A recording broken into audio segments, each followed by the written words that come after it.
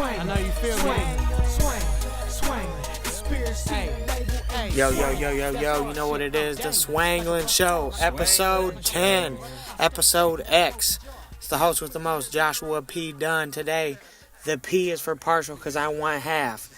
In the vehicle with me right now, we're talking with my motherfucking guy, Cary, Ohio's prodigal son, the original Blue Devil, the fickle freckle boy, John Holsinger, Ellie Holsinger, No Holsinger's Big Dad, Newkleus. What's up, my dude?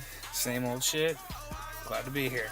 I'm glad that you're here with me, you know what I'm saying, on the Swanglin Show, because it's a very special episode 10 right now. We got phenomenal, some wonderful shit to talk about. We're switching up the format of the show, where there's going to be some less amount of special guests, more than likely, on the Swanglin Show going forward, because we know you guys want to hear me talk. We know you want to hear the fickle freckle boy drop some game on you on the Swanglin Show. Jam-packed, though. Absolutely. So we're going to go ahead and jump right into it. We're going to talk about some different types of shit. We're going to scatter all over the place on this episode. We're going to give them, what do they call that? Like the gift bag, pretty much, of the podcast today. Hodgepodge. Hodge fucking podge. So, the first thing we're going to jump into is the other day, I noticed, I'm an avid social media user, just like everybody else in the world. You know what I'm saying? Come out right off the rip. We noticed, boom, Facebook's not working. Everybody freaks out. Yeah. Crazy. Facebook was maybe down for what, like 24 hours, if even that. Yeah, I'm not sure what the total amount of time was, but it was long enough that I didn't even realize that it happened. Like, well, and it wasn't even like full shutdown. You could still access it. Yeah. Some people couldn't post and some people couldn't comment. And that got people so far in their feelings that they could not share their opinion that it was like outcry. Yeah, well, it was Instagram too, which Facebook owns. But yeah, there was Instagram and Facebook. And how I found out was my girlfriend messaged me or texted me and was like, my Facebook isn't working right now. So I went right to New York Times. I went right to like a news source, and sure as shit, at the top of there, Facebook and Instagram not working right now, blah blah blah. And I was like, shot her the link and was like, it's not just you and your Facebook, it's everybody's Facebook. Is this the 2019 The British Are Coming? Is this the fucking shot heard around the world when social media just cripples like that? Yeah, essentially, it's like, how dare you? That's where it'll finally turn, is when you take their darn internet from them. Well, I'll tell you how I discovered the Facebook shutdown. I was trying to make a post, right? Yeah. Lengthy post, too, because I was kind of making an announcement as far as, like, some music-related things. So I typed this thing out, you know, and it's me basically I never even made the post because I tried to make it 5 times and it didn't happen. So I'm just going to say it now. Been working on a secret music project, you know what I'm saying? And I believe from the artist standpoint that project is going to be my last. Interesting. I think it's time, you know what I'm saying? Moving on to different things in life? Yeah, as I transition into new business, you know what I'm saying? In different forms of business, I wanted to let everybody know that I appreciate their support, whether they're buying merch or they're coming to events, which, you know, we've been doing events for a fucking decade out here, so... Yeah. You know, there's probably so many people that I've overlooked that showed support. You know what I mean? And I just want to, you know, let everybody know that I don't take that for granted. It's always meant the world to me, just as it would any artist, you know? Yeah. But when you're caught up in that scenario, you know, you get a little busy. You know what I'm saying? So you might not be able to recognize everybody. So it doesn't really matter to me how you supported. But I appreciate it, whether you bought some merch, came to a show, streamed an album, bought an album. I've had a fucking pretty dope run, you know what I'm saying? I still plan to be involved in publishing and producing and things like that, but as far as like pushing myself out as an artist, I think it's time for me to hang it up. Got another business project that's in the works, right? So me typing out this announcement of this, like I get heartfelt into it the first time, you know what I'm saying? and I'm just typing, and then I go click post, and it don't post. I'm like, okay. Of fucking course. So I'm like, damn, my internet on my phone sucks. You know what I'm saying? Because shit like that happens. Yeah. I'm in the car as I'm typing it, right? So 20 minutes later, I'm like, you want to know what? I still got to get this off my chest. You know what I'm saying? So I type it all out again. Post it. Does not post. I gave up at that point. So, you know, I don't know why I felt like I needed to announce that on the show. It's almost as if I thought that my viewers already knew that I was about to hang it up. But they didn't. So it's a major curveball, right? And since I'm using that as like my reach out mode to the fans, it makes me think like how closely tied into social media are we? Is it really that important? And like with the user base, like if you look at the numbers of how many people use social media, it obviously is important. Oh yeah. But do you think that we're like so attached at the hip to this shit now that it could be detrimental to take it away? To certain people, yes. It would be like taking a drug away. There's studies done that it's addictive. In such a way that like opiates are to some people. Certain people it is, and they need it for gratification. Like how many Instagram hoes would be done as models? Yeah. Over. No, you're right. And not even just ladies, dudes too. There's a lot of dude models up there that they'd be curved, done, over. Because I'm gonna just keep it real. Like I enjoy using social media. It's been a great tool for us for business. Oh yeah. Great way for me to keep in contact with family that I don't see very often and stuff like that, right? But I miss how it was when we were 9 and 10 years old. And a motherfucker had to actually pull up on you. Yeah.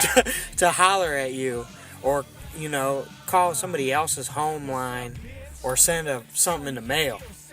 Quit acting as if I got to respond to you immediately out here. Well, yeah, and that's the thing about the next generation. And it sounds like we're like old farts or whatever. We are old, man. But there was a time before all of that, and that's the one thing I want to impress upon a younger generation is like, not just even with social media and stuff, but you can take a step back and slow down. Like the world doesn't have to be that fast. Like the world didn't always run that fast, and it's okay to take time. But then also like the world was different before 9/11 and stuff too. Like we were on the path of being ecologically, we would have taken Gore more seriously to Inconvenient Truth. Like he was gonna, we would have been a little further along. We would have been 18 years further along in global warming process and stuff. Had, things played out differently. That's not real. Yeah, I know, right? But, it is what it is till it ain't, so. Well, I feel like you just dropped a gem on the listeners of the Swanglin Show that it is okay for shit to move slower. You don't gotta expect people to be there in an instant. Slow money's better than no money, dude. Yeah. It doesn't, everything doesn't have to happen right now. Like a lot of things can be plotted out way in advance. Actually, everything that's actually going to take you somewhere is going to take you some time to put together a real plan. Yeah. And make moves to build your plan. And that's how you're going to be successful. So stop relying on social media. Yeah. All the time.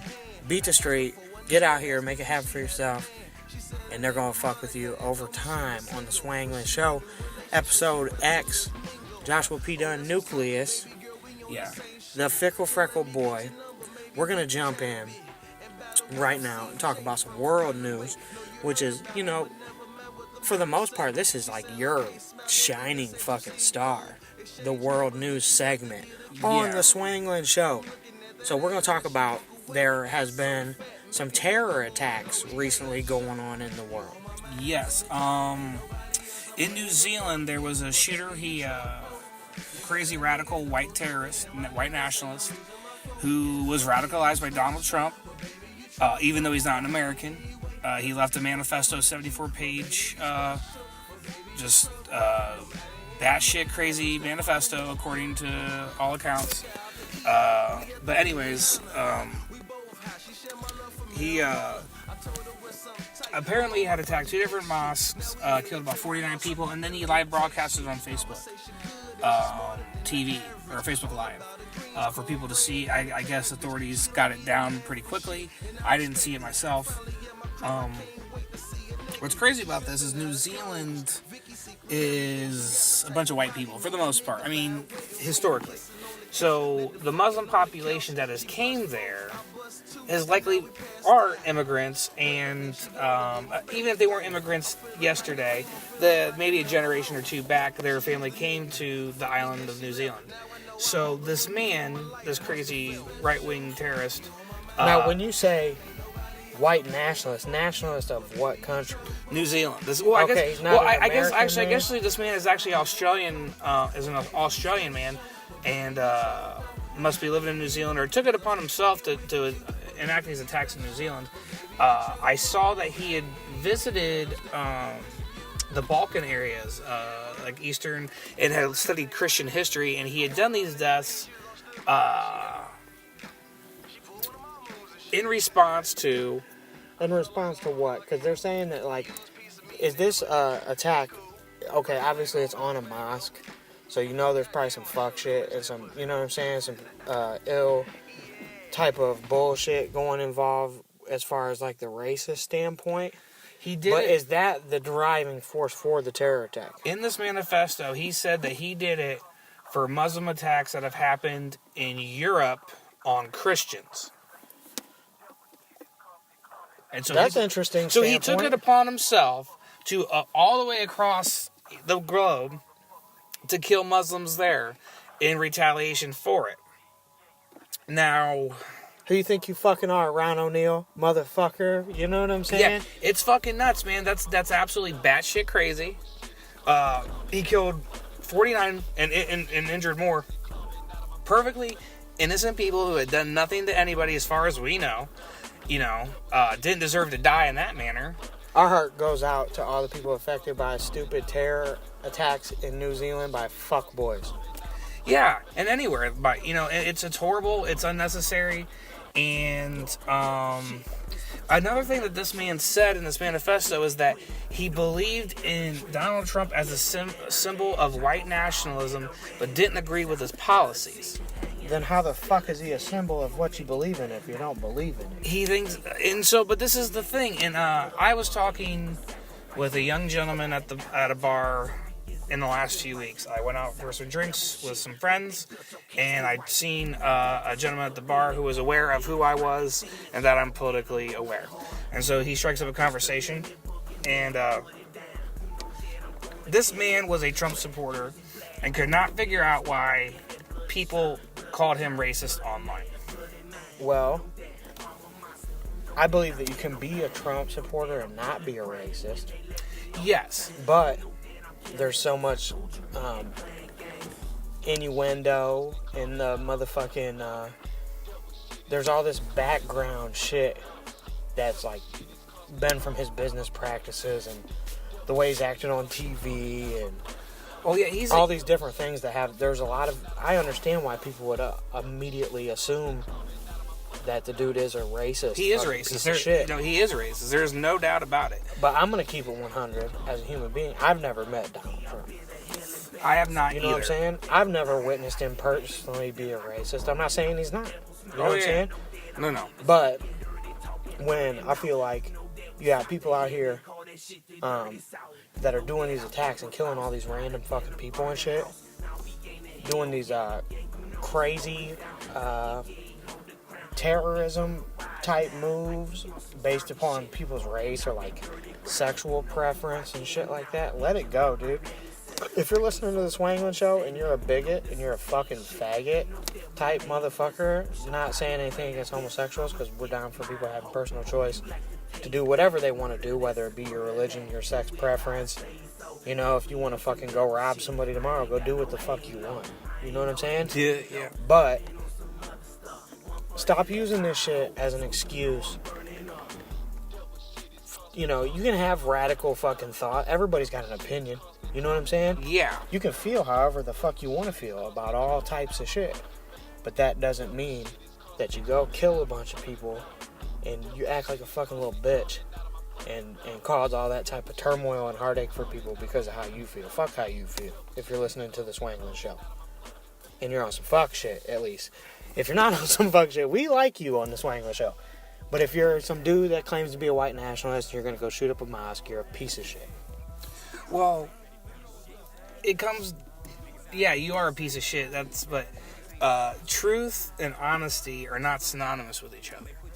Meaning that you can be honest with someone and not be truthful. In the fact that, for example, you could have misplaced anger at somebody and be yelling at them for all these problems and honestly feel that way towards them, but maybe there's some facts out there that you don't know. A great example is when you blame someone for your problems and find out, well, it really wasn't their fault. Maybe it was someone else's mistake. And you look like an asshole. Right, that's like the saying, man. Ignorance is bliss. But so people's truth and what people being honest, this man feels this way, this is his truth. But it doesn't factually align. It is misguided. And the same way, and I hate to bring this up, but it's the same way that radical Islam works, and any kind of radicalism works, is where they prey on these type of people, give them an enemy, whether it's the Jews or Muslims or whatever, and they pick the enemy, and that's all their problems are blamed on these people.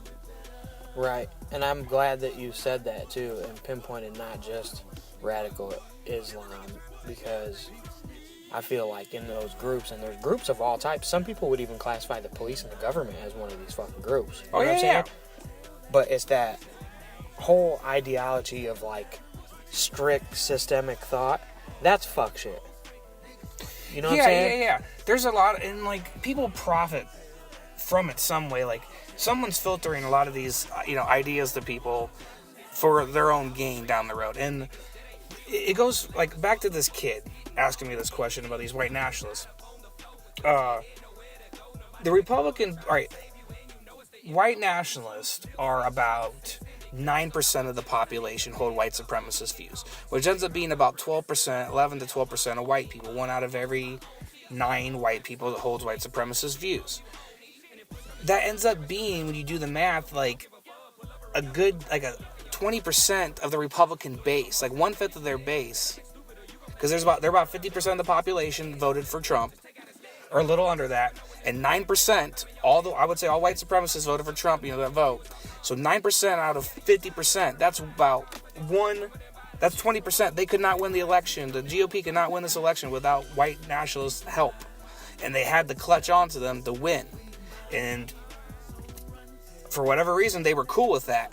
And the people that voted for Trump can't understand why people would think that they were racist when their party courted these people's votes. Because Bob Dole in '96 said he did not want race. He did not want nationalist, white nationalist votes. He did not want racist people to vote for him. He came out publicly, said it because he was starting to get support, and he sent all the money back to those people once it became public. And I don't like Bob Dole. I thought he was pretty much a crook, but even he fucking said that.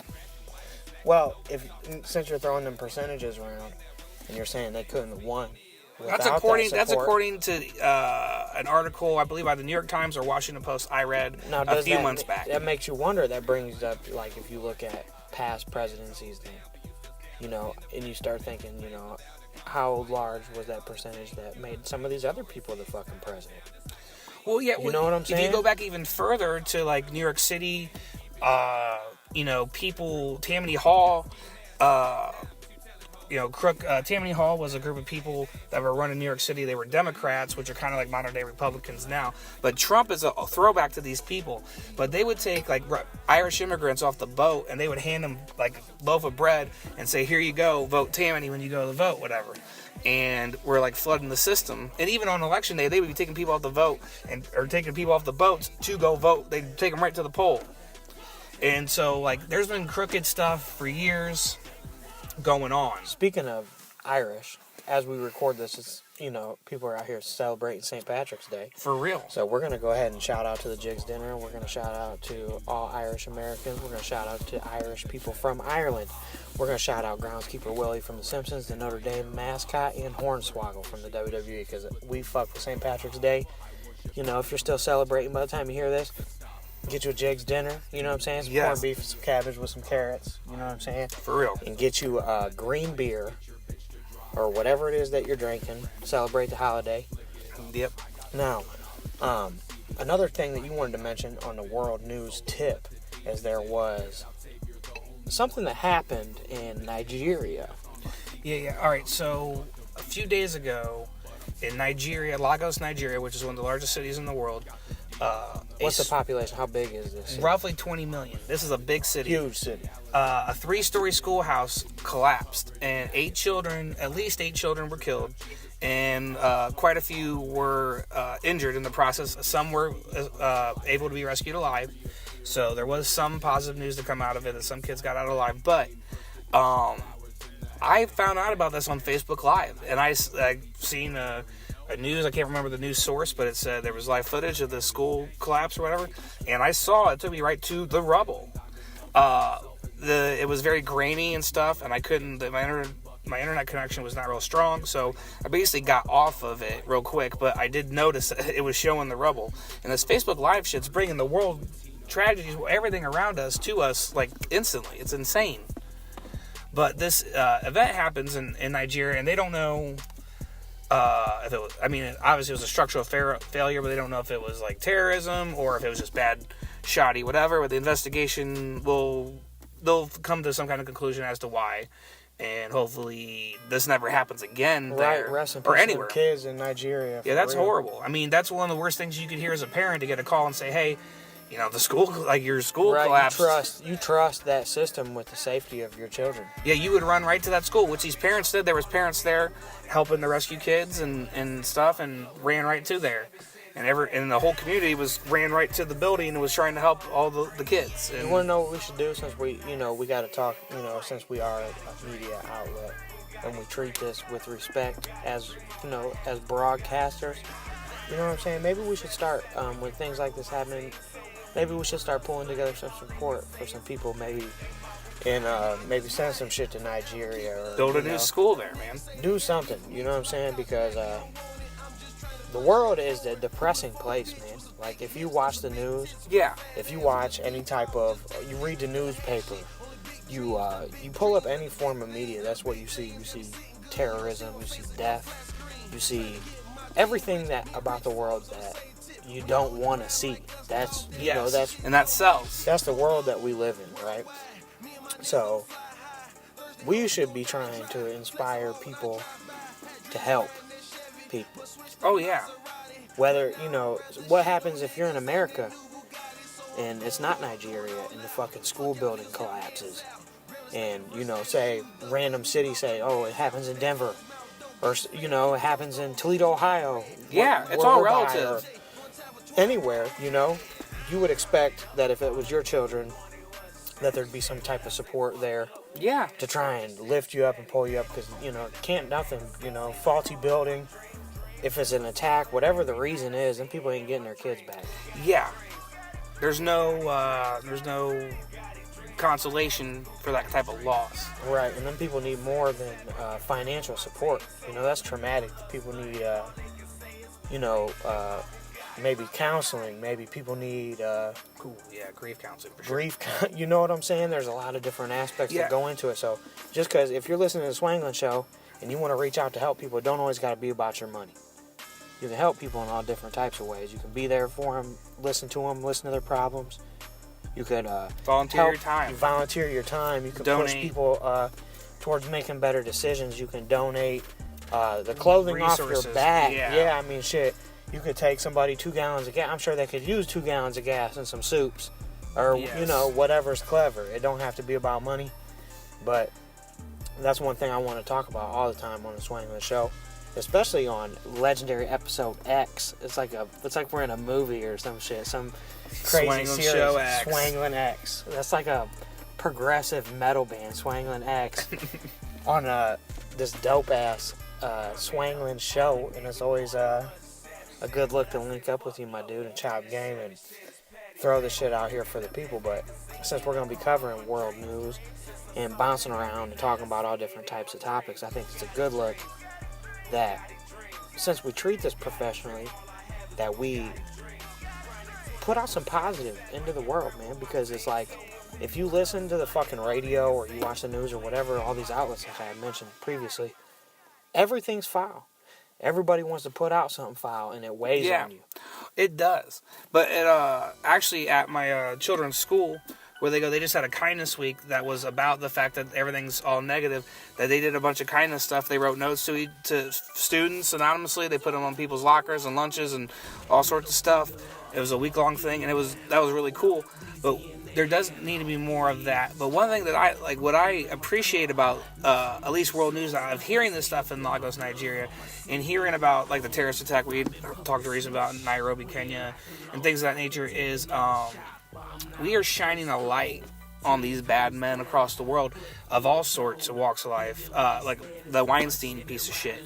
And I know where you're going. Keep going. And so, like, as much as it's bad, let's bring this shit to light. There's so many, like, look at, people talk about seeing racism more and this, and like racism is worse. It isn't worse. We're just now finally exposing it, and that's good. It's a good thing. And not only with that, but like, it's not that the world is worse now. It's just that we are more exposed to it's. Shit's fucked up everywhere. For sure. And years ago, we didn't talk about that. The girl got molested down the street by her dad. You didn't talk about it. Fucking Mr. Smith down the street beats his wife. You didn't talk about it. Beats his kids. You didn't talk about it. You didn't talk about shit. But now we're talking about it. Got an outlet with the social media and shit too, man. So. Well, with divorce, the shit got so fucked up for so long mentally that we're starting to talk about this as a society and everything. We're talking about everything now. And that's why it's opened it up to where we're talking about LGBT rights. We're talking about racism in a way where we're exposing it. The conversation has changed. Absolutely, and I think dialogue in general is where it starts, Yes. But if we allow the negativity of the media to repress us, you know what I'm saying? And yeah, you got to look at it differently. Don't let this shit muscle your thought pattern, you know what I'm saying? Be the type of person that has strong rationale and think about having your own belief system, you know what I'm saying? Yeah. Talk about what you want to fucking talk about, and that even goes for standing up for yourself and standing up for other people. Yours. Yep. You know what I'm saying? And really standing your ground and making an effort to be a well-rounded person. Yes. If you're, my high school football coach always said you're either getting better or you're getting worse. There ain't no stagnancy. There's no stagnancy. No gray area. Yeah, you're either getting better or you're getting worse. And I always look at that. So I'm always trying to be better, because if you're not, you're slacking on your Mac, and you are getting worse. Yep. And you can't. Worse is never good. Like, can you think of one thing where worse is good?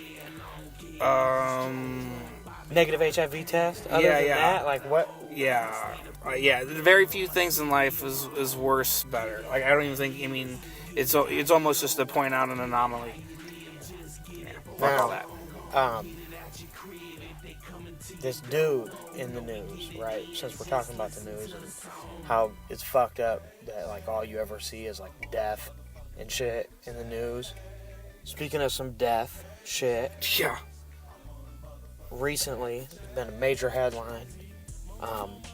One of the bosses of New York City crime family gets murked. Yeah, I believe it was the Gambino crime family. Don't remember the fellow's name, but yeah, got lit up. There was a blue pickup truck seen leaving the scene. That's about all they know, as far as I know right now. The last time this happened, public mafia, was 1992 or 91. Paul Castellano outside the Sparks Steakhouse, New York City. John Gotti takes over, you know what I'm saying? And from that day forward, they pretty much, in the media and through the airwaves, they made it seem like the mob was dead. Lied, you feel me? Yeah. Obviously not dead. Yeah. Now, what's your thoughts of, like, everybody watches, mafia movies, which we're going to touch on that on episode X of the motherfucking Swanglin Show. Yep. But, everybody knows that, or people like us who actually follow the Italian Mafia and crime syndicate shit in general, they know when something like that happens, it's not just somebody died. Yeah. This is a attempted direct plot employ at the power. It's a power shakeup. Yeah. For sure. And that's dangerous business. Yeah, I mean, either he was snitching, but like mob bosses like that, the underlings aren't going to know they're snitching like that. So like it really does go to like a power shakeup. Like, and who's to say that that's the case? I mean, shit, it could just be a scenario of somebody being greedy. Yeah, I do business, think it is a power shakeup thing because I think that if you're a mafia boss, people listen to you, like follow orders. They don't got time to fucking figure out that you're talking to the feds. Right. Well, I have some Italian descendancy. You know what I'm saying? Yeah. So I've always been attracted towards like the mafia movies and, just the allure of that in general, right? So I look at the scenario and I think I have a pretty solid understanding of what it is that they do and how they're organized and shit, right? Yeah. And I look at that and I'm like, okay, something like this happening could cause a very big ripple effect, not only in other people's lives being in danger, but in economic standpoints in the major ports in this country. Because there's always been a strong tie to organized crime and import-export businesses in the United States. So what happens if, this turns into something where all of a sudden we see some crazy tariff on something because they're shutting ports down and doing this shit? Cracking down on these people. You know what I mean? Who's to say that like this is the last body though? I mean, right? That's we what can I'm see saying. A series of them come.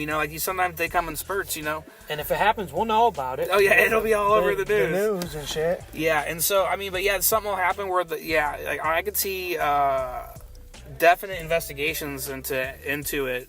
Basically, this is like a federal prosecutor's like wet dream was to go after the mafia. Right. So who was the last one? Didn't you you had mentioned something, the dude that's involved in the... Yeah, Robert Mueller. Robert Mueller, who's doing the Mueller investigation, is the prosecutor that took down John Gotti years ago when he was making his way up the fucking ranks. As part of the reason why he got to be to the top of the ranks is because he was the one guy that actually brought him down. Right, that's the notch in the belt that, and it wasn't just his career. It was his team, too. They actually... Mueller's done a lot more. He fucking busted up Enron, like a major corporation. Well, just like I'm saying, that this could be a power shakeup, someone trying to get to the top. There's going to be a prosecutor, a journalist, with that same level of hunger, trying to expose the shit. So, well, dude, the New York prosecutors, to see how some things play out. Besides New York prosecutors being dirty, like those people that are in those offices are some of the best in the world.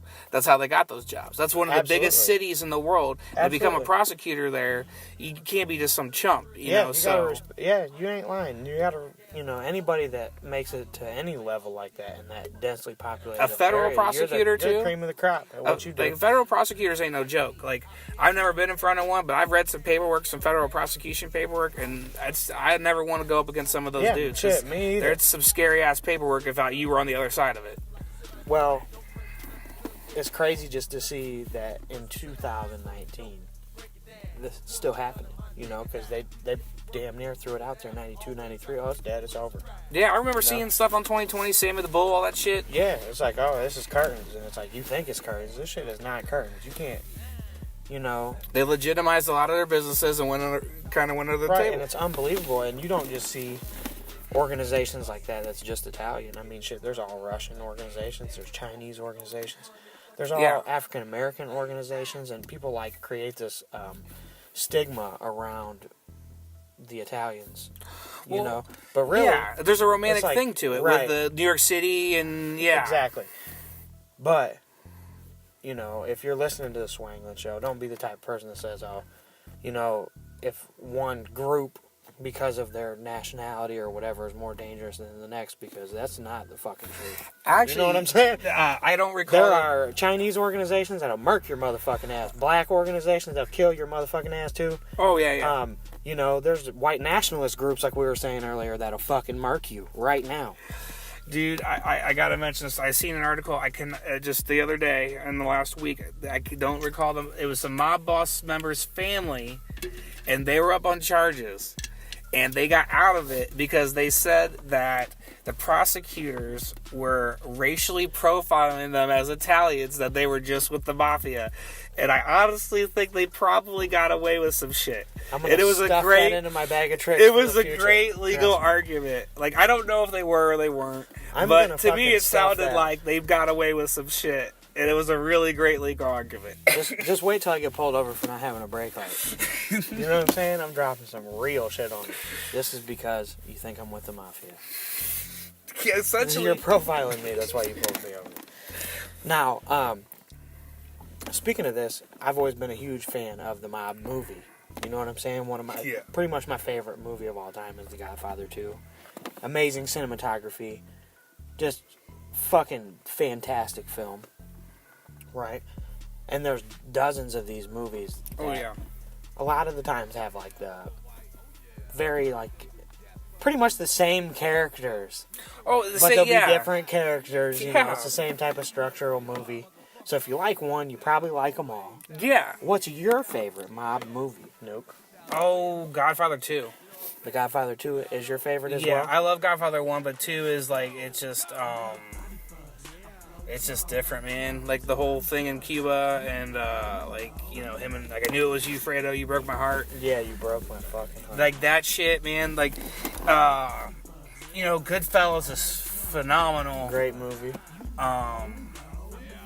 Yeah, I mean, those two for me, but it's definitely Godfather 2. Have you ever watched The Sopranos? Oh, yeah. Dude, I watched it as a kid. Yeah, it's a great series. Yes. Also, honorable mention, we're going to throw out the original Godfather movie. Banger. And there's so many of them. I mean, you can think of just different mob-style movies, and they all usually have those same dudes. The same dudes, and they're killing it on every single one of them, you know? Analyze this, like that shit. Yeah, even the funny versions of, like, how they tried to spin it. It's the same dudes. Great movies. I think that The Godfather 2, though, is my favorite because of not just the storyline, and I like how they incorporate, like, the span of his entire life. Yeah. I thought that was really dope. But for me, it's like the color grading, the cinematography, the way, like, there's that specific shot where, like, they're in the fucking club or whatever, and it's, like, one of the first big indoor rolling shots. Yeah. And it's, like, known in history, in film history as iconic, like the camera work in the movie. Yeah. I know you went to film school for a little bit, so I know you can appreciate that type of thing. Oh, dude, and like in that particular, like the scenes in the country, Italy, like Sicily, like the out mountain scenes and out there in the outdoors of Italy were phenomenal. The coloration of that, you're right. And then even like how they kept the same color grade for when they smoked his family right in front of him, Kyle. Yeah. Well, then they go to New York City, and you know, some of the camera angles and stuff they did there in the streets of early 1900s New York City were phenomenal. And I love Marlon Brando's character in Godfather 1, and he's not really in Godfather 2. So like it kind of, but Godfather 2 though cinematically. It just was a better story back and forth and stuff, with telling the story of young Vito. It was phenomenal. It was a great story. I almost feel like the way that they ended the series was like a bridge. It was like jumping off a bridge, kind of. Because it's like, as somebody that loves it, I'm like, I want to continue to see what's going on with the fucking Corleone family. Yeah, and it's done for all of a sudden. It's like, most of these people that are involved in the movie are still living. Well, Sofia Coppola's still around. You know what I mean? Yeah, Andy Garcia's still around. There's a lot of these characters that could go on. Yeah, Al Pacino still lives. Al Pacino is like, yeah, he's. Where's the video? Where's the movie with Al Pacino as the old school Don? He's an old man now. Make him the Don. He's got Cancer of the Prick and Donnie Brasco. Which is another fantastic movie, which I love very much. There's so many quotable parts of that movie, especially Lefty. Yeah. He says, I got cancer of the prick. Donnie Brasco explaining "forget about it" to the cops, like where they didn't understand "forget about it," and he explains it to them, and they still don't, they don't get it. That's such a great, Yeah. great movie. I feel like that deserves to be up there, like, at the top. And since we're talking about the Mafia and Italians, let's talk about something that's near and dear to my heart. And I know you love it. I know everybody loves it. Because that's right, motherfucker. What the P should have stood for is pizza. Oh, yeah. What's your favorite thing to put on a slice of pizza? Favorite stuff. And I say slice, I mean whole pizza. Yeah. My favorite toppings for pizza, man, if I'm doing it on my own, it's probably beef, green pepper, and onion. Beef, green pepper, and onion. So you're getting like a Philly. Yeah, essentially. Like steak, if they didn't have, hamburger. But, like, it depends on the quality of the hamburger beef that the place has, though. Right. Now, me personally, I like pepperoni, Oh, yeah. green olive. That's my staple. It's my go-to.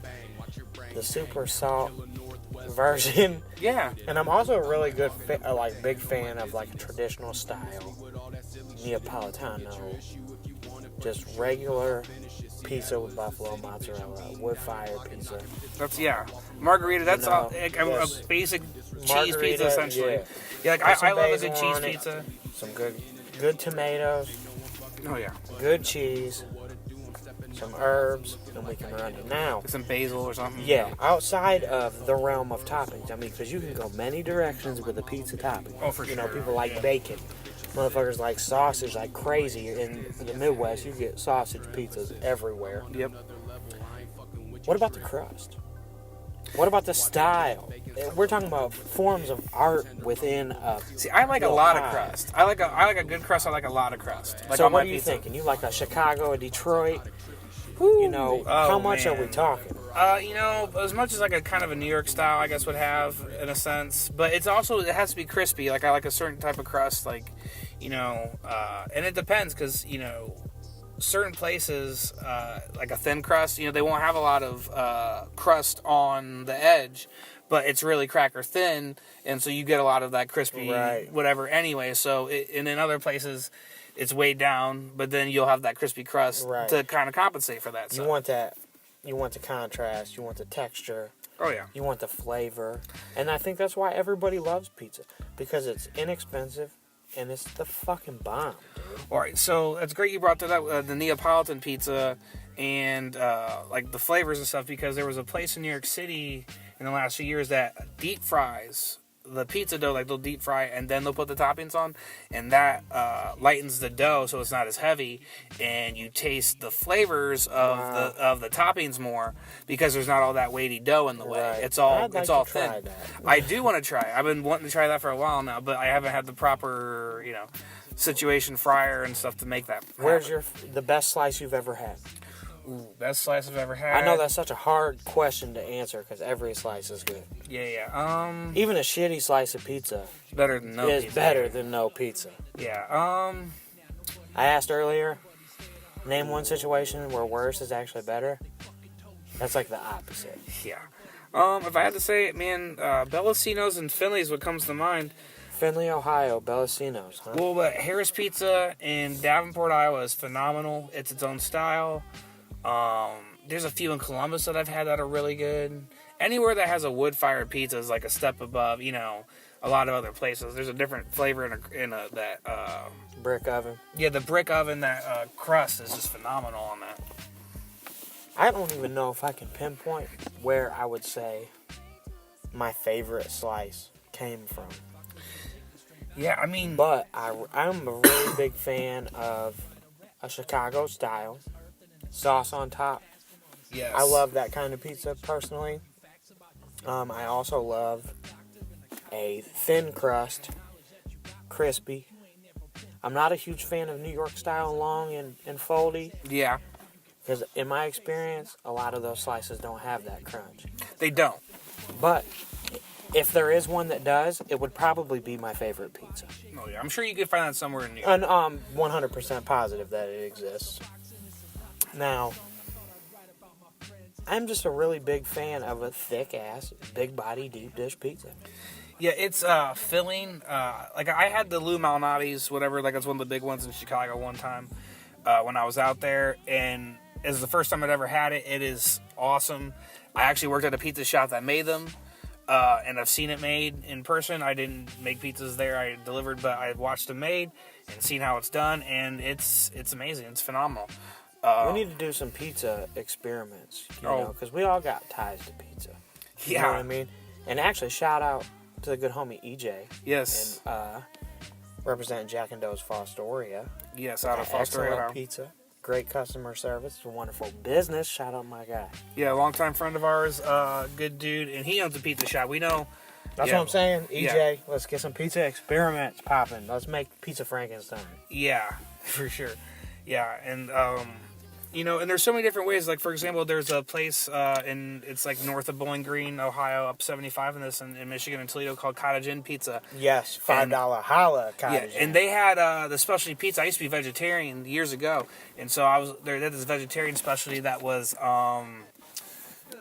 sun-dried tomatoes, feta cheese, and basil, like basil leaves, or no, spinach, and it was phenomenal. You know, so I'll eat pizza all sorts of ways. Like, I remember when I made I'll eat a barbecue chicken, I'll eat a buffalo chicken, I'll eat a vegetarian pizza.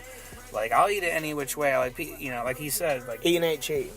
Yeah. When it comes to pizza. Yeah, I'll eat it all sorts of ways. Like, the pepperoni and green olives, I'd eat that just the same as I'd eat anything else. So listen here, you funky bitch, you. If you're listening to the Swanglin Show, episode X, we want to know what's your favorite type of fucking pizza. Yeah. Who's got the best slice? Yeah, where's the best slice you've ever had? Where do we go to get a slice? We want to talk about looking out for mankind. There's no better form than telling me where the best slice of pizza is at. Yes, we'll come get it, man. Yeah, man. Pizza. Gotta love fucking pizza. Now, Swanglin Show, episode 10, right? Isn't that crazy, bro? We got 10 episodes out here.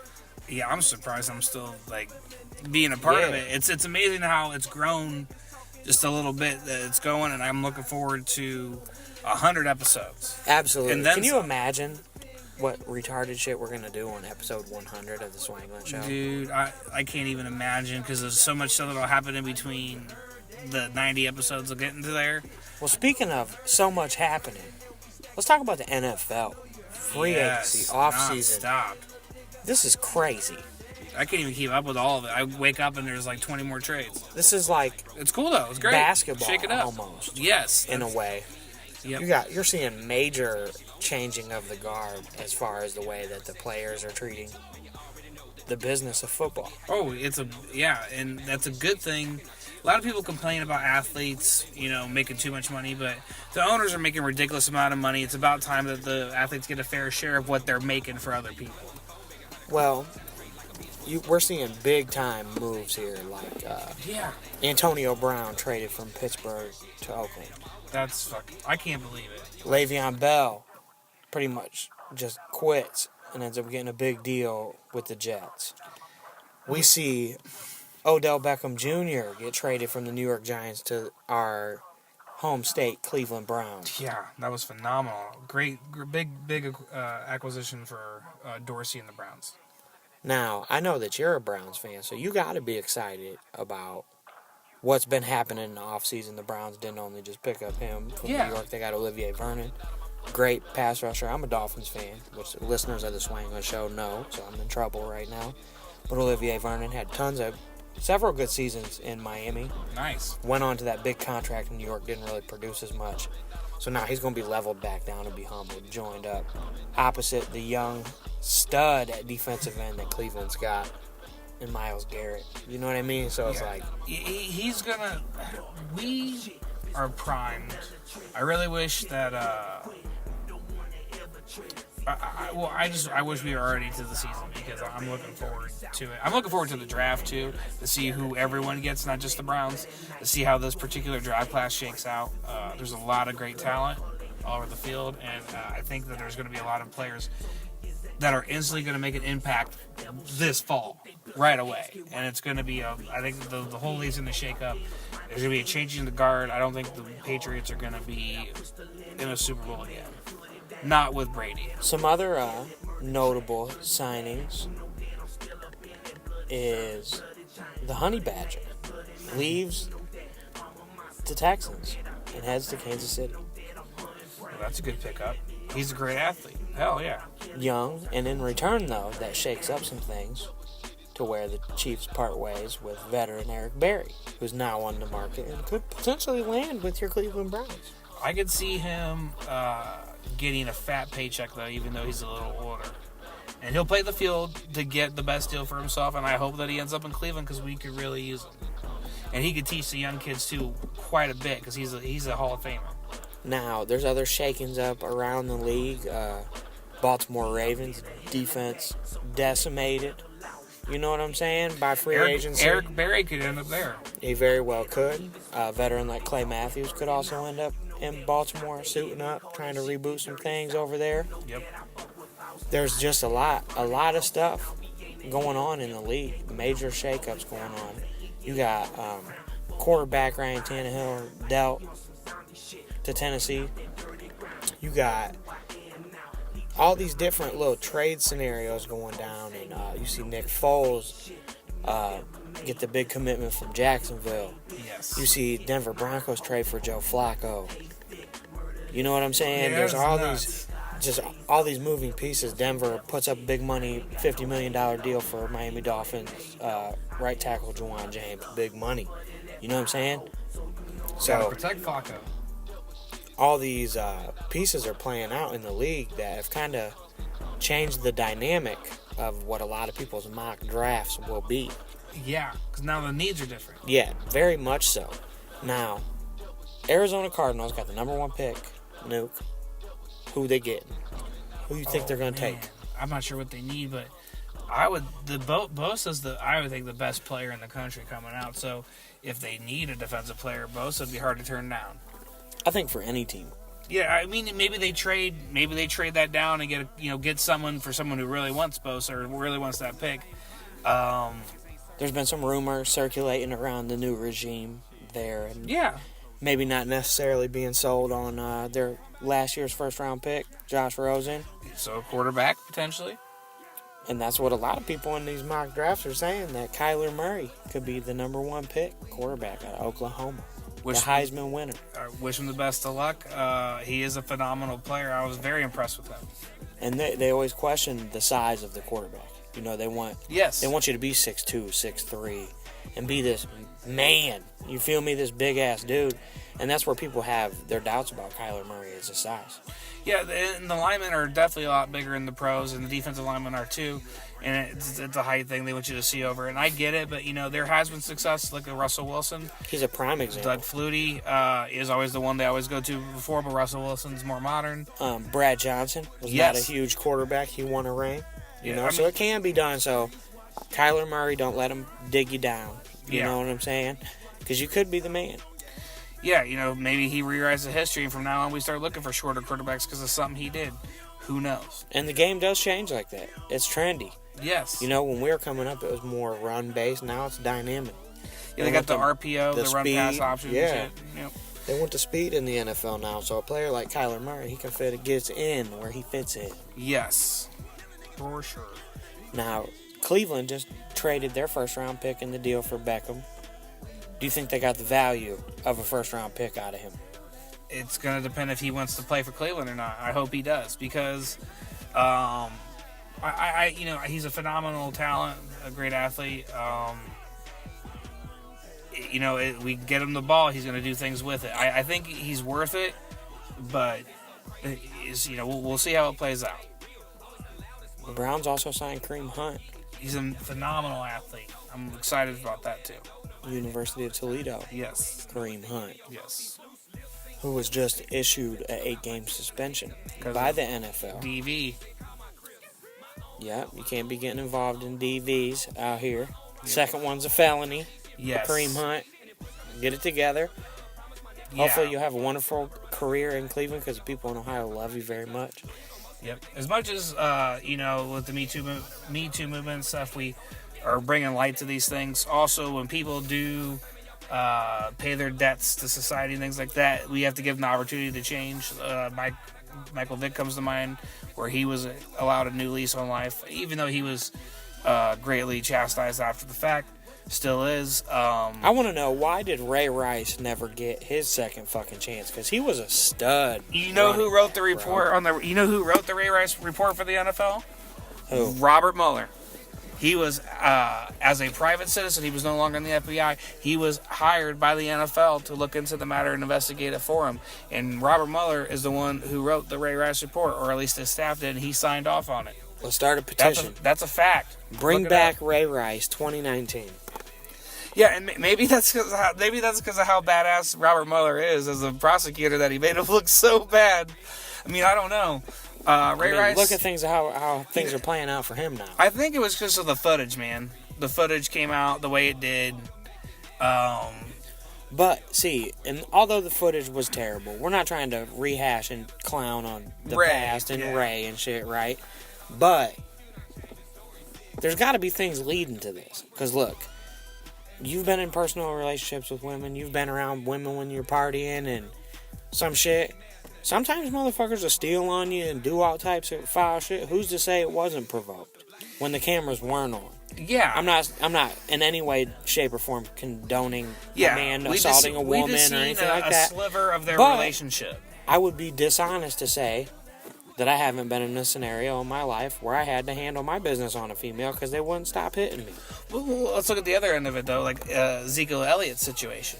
Another NFL player, but he was falsely accused by a woman that was trying to make him out to look bad, and luckily there was text messages between the girlfriend and her friend that were trying to get their cover story straight, that the police was able to find out that they were lying on Ezekiel Elliott, trying to ruin his career. So you have these situations where you have a guy where there's footage clearly of wrongdoing, assaulting a person, and then you have these situations on the back end where you have falsely accused people. And one incident, who was the 49ers guy? He always was constantly having issues with his baby mama. He was a defensive player just in the last few years. Anyways, what happens is you see this one moment, Ray Rice hitting this woman. That's how many seconds of a relationship that lasted for years. And not to say that it's okay for an incident to screw up, but what I'm saying is we don't know, we don't know the whole story of everything, and in the same ways, I guess they're married now, so in the same ways that, we're condemning the action, Wait a second, so the woman in the incident, that's his current, wife? They have since got married, I believe. Now, if that remains to be true, which we don't know, we're speculating. We could look into that. We're going to look into it. But if that is the case, I don't believe an incident like that, if it didn't ruin his relationship, it shouldn't have ruined his career. Yeah, that's my personal opinion. Well, no. And, there's a lot of people that have done worse and got to stay in the league, in being honest and stuff. So it's just kind of like, well, why was he? But I think it was just the time and the place, and the video footage of it was pretty brutal. There was a new commissioner and everything, too. They nailed him to the wall on it. Robert Mueller is a great prosecutor. So obviously. He took down John Gotti. He was one that took down Ray Rice. He took down Ray Rice and Ron. Oh, God. We don't want no smoke, Mueller. Yeah, but, it was quite a few things, I think, that led to his demise. And I was kind of rooting for him, because when I heard that it was him, I was very shocked. 'Cause I remember seeing him at Rutgers and interviews with him. He seemed like a very well-articulated person, someone that wouldn't do such a thing. Had a ton of upside as a player. Yes. He could have had a fantastic career. Keep your head up, Ray Rice.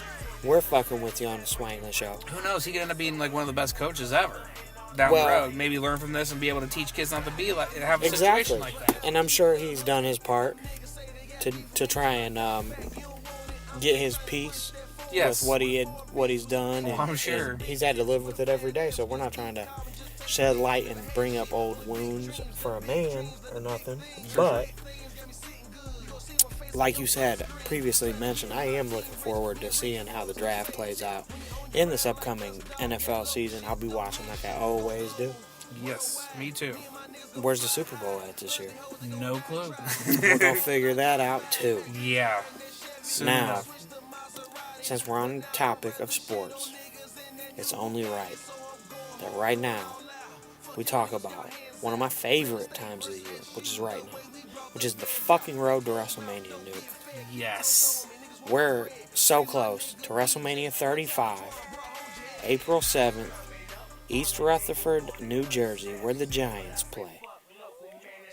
They're going to need a good show because the Giants are going to suck. So hopefully WrestleMania, to the wonderful people of the New Jersey, New York metro area. Yeah. Well, the Jets play there too, so they see a lot of garbage. Yeah, they've been going through it. So we're hoping that WrestleMania is going to bring them a fantastic show. Right now, on the card, we got Brock Lesnar versus Seth Rollins for the Universal title. Gonna be a great look. We got a major match that's groundbreaking where the women are gonna play a major role in WrestleMania for the first time. I've seen a little bit of that. You know what I'm saying? My cousin Ronda Rousey. Yeah. Yep. Charlotte Flair. Yes. And the man, Becky Lynch. Right? Yeah, that's been brewing for a while, I've noticed. They've been killing it. Their angle's hot. Everybody's looking forward to watching this match. I know I am as a fan.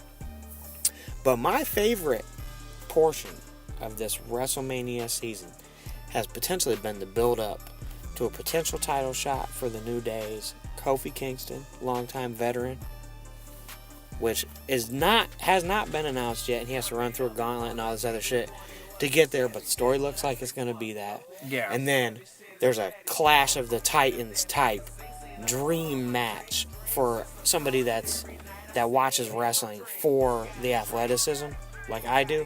I don't just watch it for the story. I watch it for the grappling. Yeah. And, the athleticism of the sport of it. Sure. It's one of the greatest of all time. Two of the greatest of all time. AJ Styles versus Randy Orton. Dude, nice. Dream match. I personally have been wanting to see that for a long time, so I'm really looking forward to that. Yeah, dude. I have not made plans to watch WrestleMania yet, but I'm sure that I'll get invited to a few parties, and that would be one that I would be looking forward to going and see and make me want to watch it. Well, you're invited to my WrestleMania party, my dude. We're going to do a taco bar like we did last year. Oh, hell yeah. Caviar Dick's going to be in the house. Fucking back A. from hiatus. So he might make his return to the Swanglin Show on WrestleMania weekend. We're going to see how that plays out. Shit a brick, y'all. It's going to be crazy. Now, another thing about WrestleMania, right, is it's known as the fucking granddaddy of them all. It is. It's like the World Series. It's like the Super Bowl. It's the Rose Bowl of all pro wrestling, man. Absolutely. The Clash of the Immortals. This is the 35th annual WrestleMania event. Stands the test of time like the Super Bowl, right? Like the FIFA World Cup. Like the NBA playoffs. Yeah. Generating the same type of numbers, right? Major pay-per-view attraction. So, throughout this course of history, there's been some major iconic moments that have happened. Undertaker, never losing for, however. The streak, is one of those moments. There's just so many. Every year, there's one of them moments that you're like, ooh, that has shook shit up because it's WrestleMania, right? Now, my personal favorite WrestleMania moment, which I have several, right?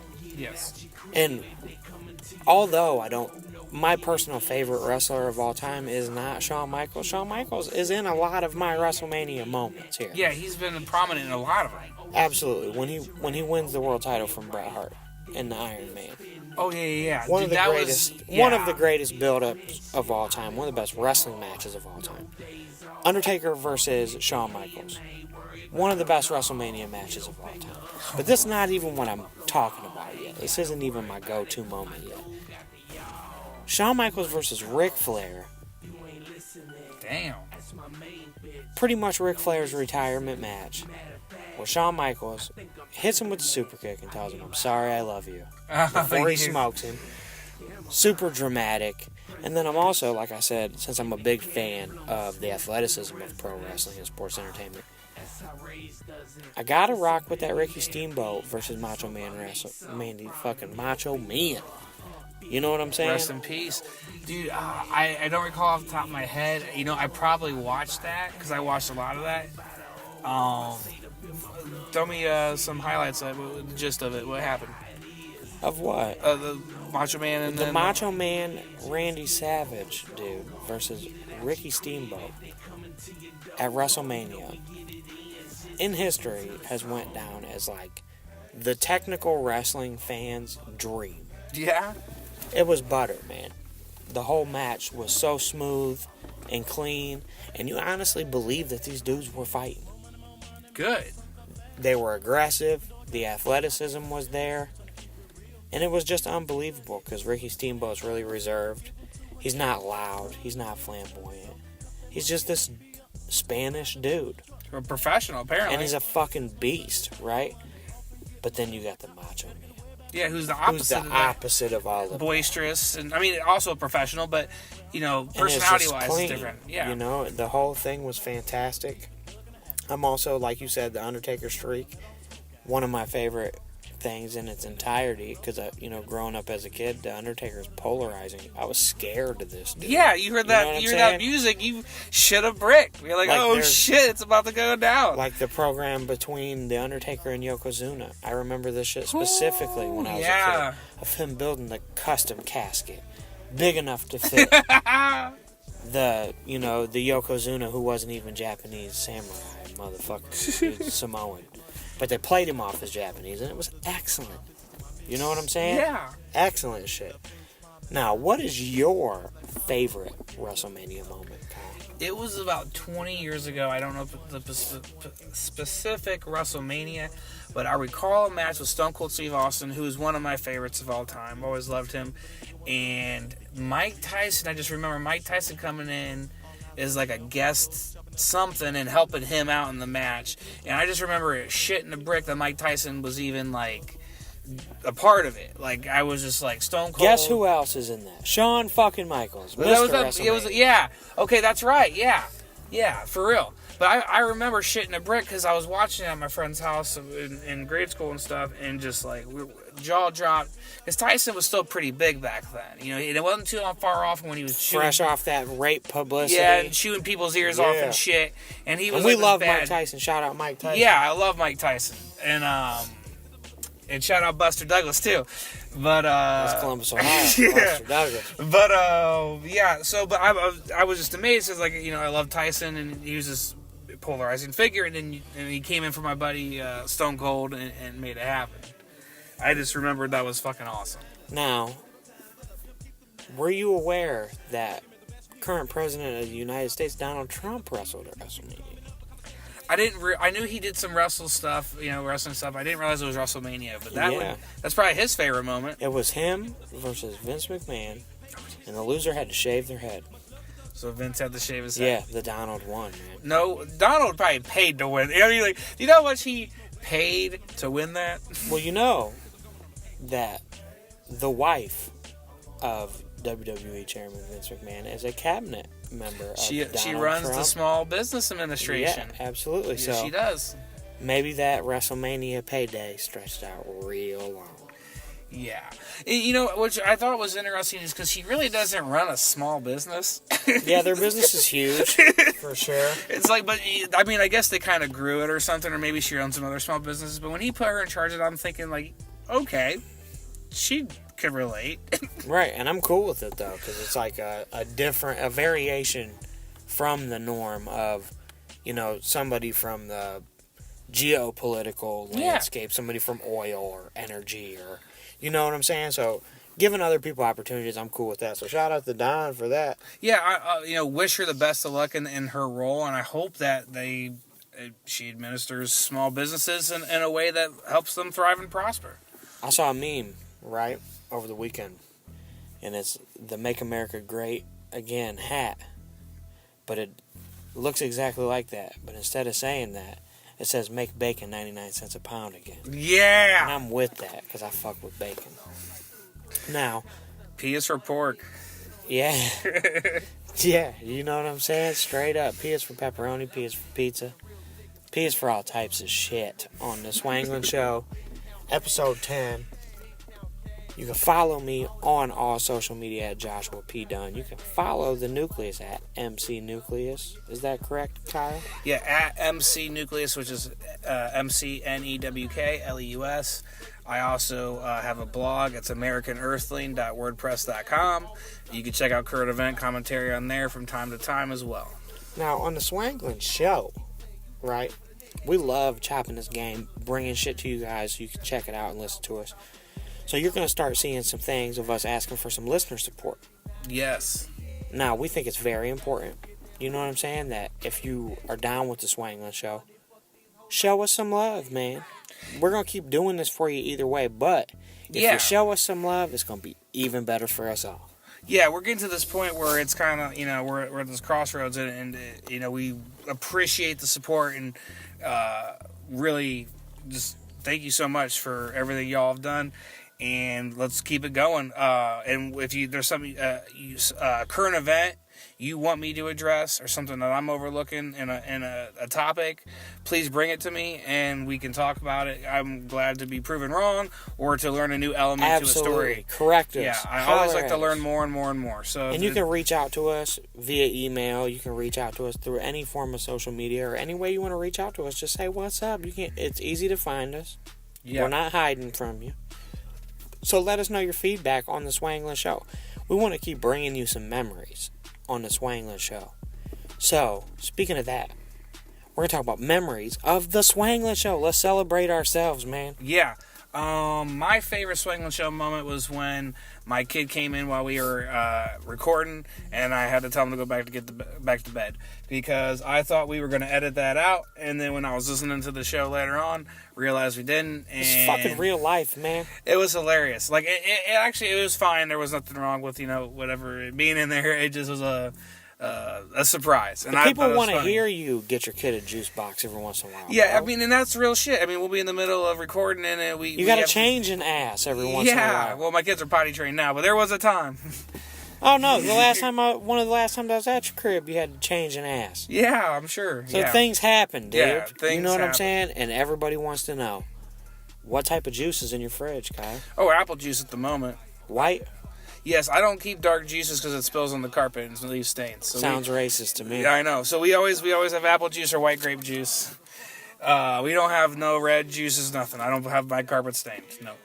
Well, my favorite Swanglin Show moment was during the interview with CJ De Niro, our brother, good CJ, right? Yep. Shout out CJ. YFGM lifestyle, and we were talking about some of his travels in the military, man. I really enjoyed listening to that. That was really good. Yeah, that was awesome. That was actually a really good episode in general. Talking about how they was going live in Suda Bay Creek. I learned about that. I was not hip to that shit. Plus, it's always good to link up with one of the homies and, shoot the breeze about some road stories. And, we covered a lot of ground together. We did a lot of work. So, it's always good to chop it up with the homie. And another one of my favorite episodes of the Swanglin Show, and moments of the Swanglin Show, was with the good brother Vice Grip. Yes. Representing Florida. Well, we were on there talking about energy and personal energy and stuff. And you can go back and check out these episodes. Yes, that was a good interview. Episode with CJ De Niro. Episode with Vice Grip. We've had plenty of guests on the show. Getty. We've had Tricknology. Menacide. Dan the Saltina, my homie Magic Deuce. Yes. We've had C-Money Baby in the building. You know what I'm saying? We've had so many guests on the Swanglin Show thus far. Pyrex, man. Killing it. You know what I'm saying? And we're going to have some more guests, but for right now, we're going to stick on this format of bringing you some different variety. We're going to do the show in different ways. We're going to experiment. If you don't like the new format, fuck you. I'm just kidding. If you don't like it, just tell us you don't like it, and we'll take it in, and we might switch it up some more. Because ultimately, we're doing this for y'all. We want to make sure that you're enjoying the Swanglin Show. For sure. Like I said, any topics, bring them to us. Also, we may have guests, we may not. It's going to depend on what the show dictates anymore. We're not going to force guests on shows if it ain't going to work. And I actually want to bring in some guests that are more for current events, bring in some experts on stuff or eyewitnesses to things. Absolutely, and I also want to bring in people from different parts of the music game. Yes. Attorneys, you know what I'm saying, marketing people, PR people. And we're going to get some real game because we are aware of the fact that a lot of our viewership is artists. Yep. So we're going to bring you some real game. Coming soon, we're going to have some shit on here that's going to plug you to that studio. We're going to plug you to that producer. We're going to give you some game on how to market yourself. Because we don't want you wasting your resources out here like we had to do. Yes. So we're going to give you some game on the Swanglin Show. This is episode X, dude. It's like Jason Voorhees movie. Oh, yeah. It's like a Swanglin X. That sounds like a bad person used to date. You know what I'm saying? Yeah. I got the Swanglin X. The X is going to give it to you. Oh, God. What is he going to give me? Chlamydia. Well, on that note, I'm going to head to the hospital. It's been episode X of the Swanglin Show. Swang, swang, swang, swang, swang, swang, swang, swang, swang. I know you feel me. Swang, swang, conspiracy, label A, swang. That's all shit, I'm dangling like a broken arm. I got no regard, like I'm famous. I stay stankin' like an open jar. Candy kush for my sweet tooth. Optimo is my shell of preference. We make a waves like